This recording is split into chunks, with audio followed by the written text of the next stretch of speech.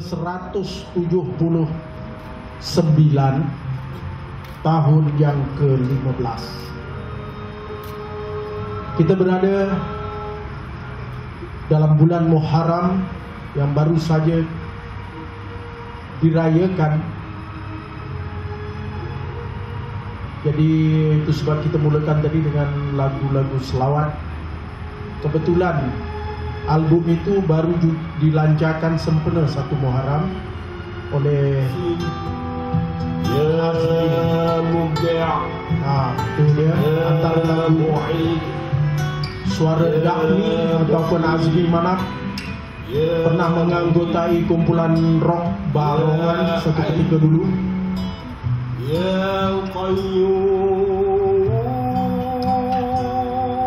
Baiklah, malam yang syahdu ini kita mulakan dengan mempersilakan Timbalan Setiausaha Agung Penang, Dr. Samsudin Osman untuk membuka gelanggang. Di atas panggung Sutong Umar RS dan Ayahanda Sutong Umar pun ada di depan, akan menjadi saksi kali pertama saya menghafal puisi atau saya menjadi hafiz puisi. Dan secara kebetulan judulnya juga ada berkaitan dengan Muharram. Jadi inilah puisi saya, Menanti Muharram. Telah berkali-kali engkau bisikkan kepadaku matahari, tetapi aku enggan berjanji kepadamu kerana bulan masih lagi belum muncul. Saat aku membilang resah dan gelisah itu, dan bulan pun hadir pada detik yang ku nanti, dan bulan pun bersuara. Engkau seorang lelaki, kenapa engkau perlu takut kepada matahari atau aku bulanmu? Aku menjadi lelaki yang benar-benar resah untuk memilih bulan atau matahari. Tetapi ditakdirkan kerana aku lelaki, maka pada sula-sula malam yang resah gelisah itu, aku berbisik kepada diriku sendiri. Dan bisikan ini aku pasti matahari dan bulan tidak akan mendengarnya. Dan lalu kata, aku takut bukan kepadamu matahari, dan aku resah bukan kepadamu bulan. Yang aku resah dan aku bimbang ialah hadirmu Muharram. Itu menunggu Muharram sajak pertama saya. Okay. Puisi kedua, seperti biasa, ramai sarjana mengaitkan saya dengan penyair romantis Islamik. Tapi saya pun tak tahu atas alasan apa hal-hal begitu dilontarkan kepada saya. Jadi malam ini puisi kedua saya berjudul Percakapan kepada Seorang Kekasih. Kekasih, kenapa engkau masih tidak jemu-jemu datang mengganggu tidurku? Kenapa engkau masih lagi tidak jemu-jemu melontarkan panah ke jantungku? Kenapa engkau tidak jemu-jemu melontarkan fitnah dari cemburu dendammu? Aku tidak menjawab pertanyaan itu, dan aku tinggalkan pertanyaan itu bertahun-tahun lamanya. Tetapi suatu hari, saat aku menyelak lembaran diriku sehelai demi sehelai, kutemui kembali pertanyaan, dan aku harus menjawabnya, kekasih. Dan dengarlah, hari ini aku akan menjawab pertanyaanmu. Aku tidak mencintaimu kerana jantungku telah lama ku berikan kepada binatang. Aku tidak mencintaimu kerana nafsuku telah lama ku berikan kepada markas tua. Aku tidak mencintaimu kerana rohku telah ku berikan kepada Tuhan. Tetapi pada satu catatan helaian yang terakhir, sebenarnya telah ku tinggalkan persoalan yang sengaja tidak aku jawab. Dan persoalan itu ialah, jika aku tidak ingin berkasih, kenapa aku ingin bercinta? Berhari-hari pertanyaan itu menggugah mimpi dan tidurku. Dan hari ini aku akan menjawabnya. Sebagai seorang lelaki, aku harus berterus terang. Kekasih, telah lama ku serahkan dirimu kepadamu, Tuhan. Sekian, terima kasih. Saya bacakan sajak yang selalu saya bacakan, yang saya tulis pada 1171, kira-kira 43 tahun yang lalu, yang berjudul Pepatung. Pepatung dalam rumah tua masih bernyawa adalah perhiasan untuk tutun dan zaman. Diangguk kepala di hati tidak, dibilang kepala di hati anda.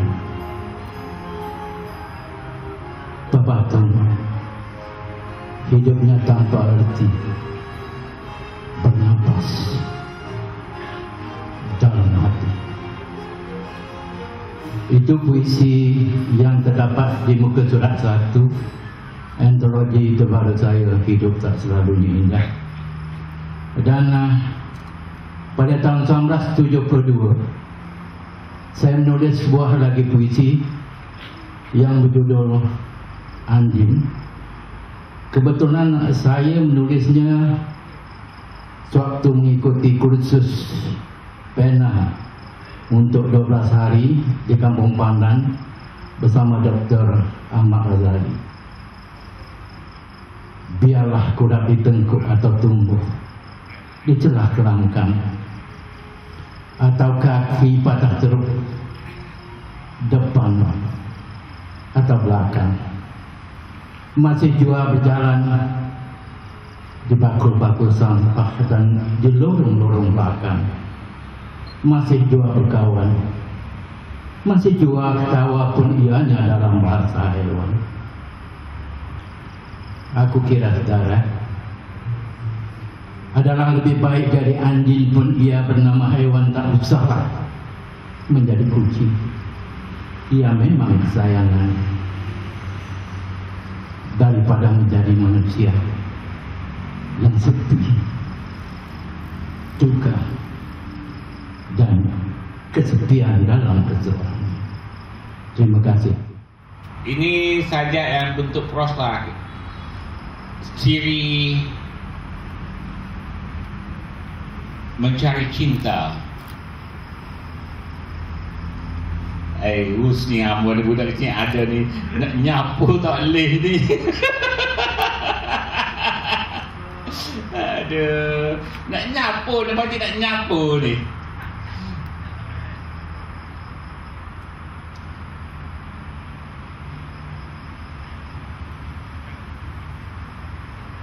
Di satu petang yang damai,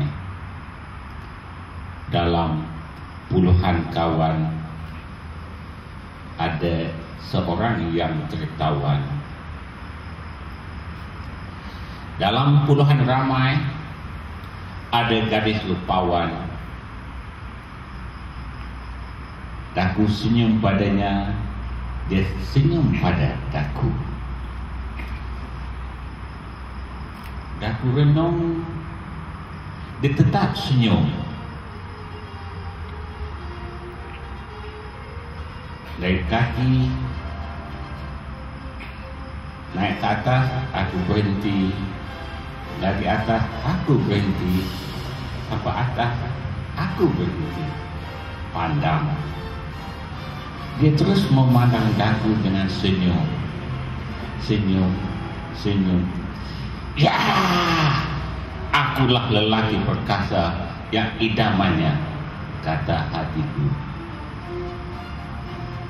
Dia datang dekat padaku. Aku bersedia untuk buka baju. Dia senyum lagi. Aku bersedia buka baju dan kempiskan perutku. Kempis. Dan aku menahan nafas supaya lagi berkasar dan sasa tubuhku.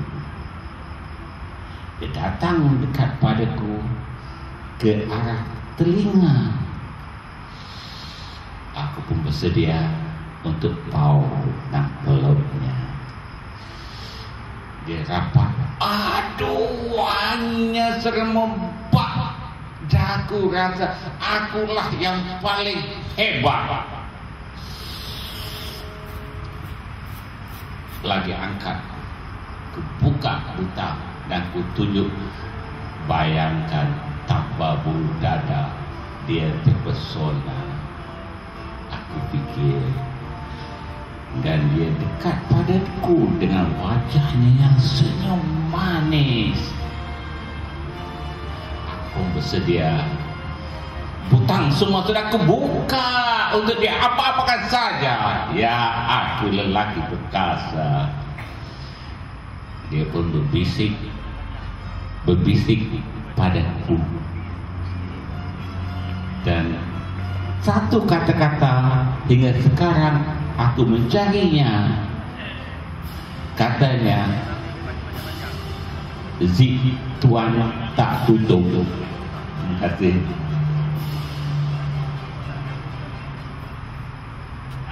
Kasih lawan, Zik tuan tak tutup. Itu kisah masa nak jadi penyair.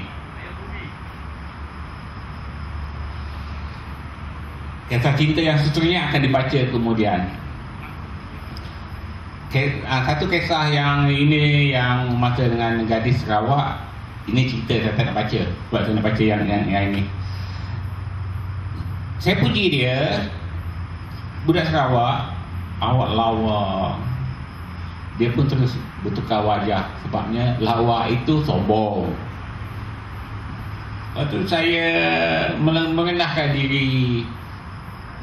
Masa saya susah, saya makan kerak. Suruh dia cabut lari. Sebabnya kerak itu kera. Ini bukan kaitan dengan zaman pilihan raya. Ini zaman yang kita hadapi sekarang.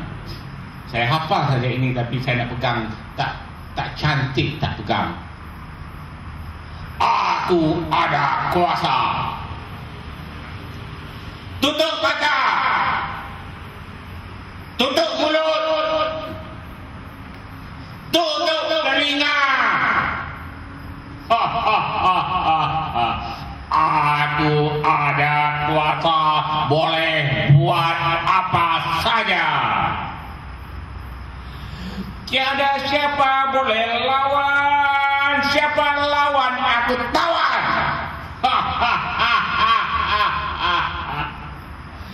Tiada siapa boleh halang.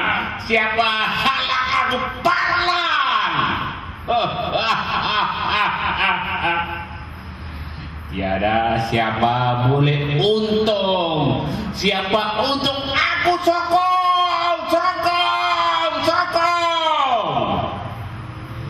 Tiada siapa boleh kaya. Siapa kaya, aku kaya. Tutup mulut, tutup mata, tutup telinga. Terima kasih. Sejak maju, cuma yang berubah. Haru biru, huru hara apabila kuasa beralih. Mangsa dan pemangsa liar mencari mangsa. Buku lama, buku baru, orang lama, orang baru. Ruang lama, ruang baru. Perangai tetap macam dulu. Cuma yang berubah cara dan budaya. Adat mengampu, adat bermuka-muka. Selagi kepalanya Melayu, selagi ekornya Melayu, selagi akalnya Melayu, maka jahanamlah Melayu. Transformasi mimpi saudagar, reformasi mimpi rakyat tegar. Masing-masing berlumba-lumba mencari jalan kebenaran. Sekian, terima kasih.